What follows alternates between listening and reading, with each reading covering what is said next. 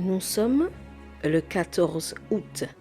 Notre méditation s'intitule « La vengeance a un propriétaire ». Nous lisons dans Romains chapitre 12 au verset 9. « Ne vous vengez pas vous-même, bien-aimés, mais laissez agir la colère, car il est écrit « À moi la vengeance, c'est moi qui rétribuerai, dit le Seigneur. » Œil pour œil, et tout le monde finira aveugle, a dit un jour Gandhi. Mais Jésus avait déjà dit des siècles plus tôt que le principe œil pour œil n'était pas valide. Pour certaines personnes cependant, cette partie de la Bible dictée à Moïse sert commodément à soutenir leur désir de vengeance. La vengeance est capable de pousser ceux qui en ont le désir à commettre les actes les plus vils et les plus horribles. Il y a de nombreuses années, dans ma ville natale, la nouvelle d'une petite fille retrouvée morte dans une poubelle a suscité beaucoup de tristesse et d'indignation.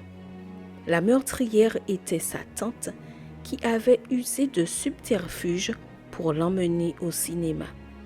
En raison d'un problème antérieur avec sa sœur, cette femme avait décidé de se venger sur sa nièce. On pourrait raconter de très nombreuses histoires qui trouvent leur origine dans ce sentiment pourri qu'est le désir de vengeance, même des histoires personnelles et familiales. La fin est toujours la mort. La vengeance est comme un cancer incurable qui tue le cœur dans lequel il réside. L'exhortation de Paul aux Romains est claire.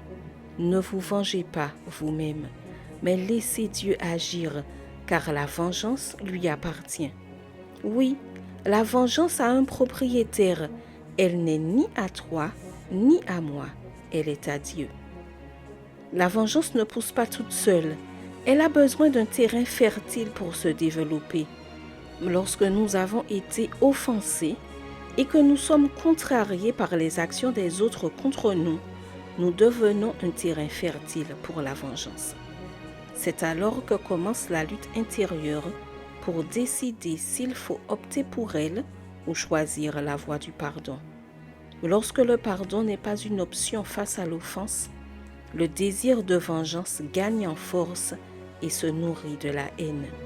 Il n'y a pas de paix dans les cœurs où le désir de vengeance est métastasé. Cher ami, la vengeance n'est pas un plat sucré et ne se mange pas froid. Celui qui décide de se venger blesse deux personnes, l'autre et lui-même. Laissons à Dieu le soin de venger le tort qu'on nous a fait. Laissons entre ses mains les injustices qui nous blessent, mais qui, si nous avons confiance en lui, ne devraient pas nous priver de la paix. Dieu est juste et sa justice donnera aux méchants leur rétribution.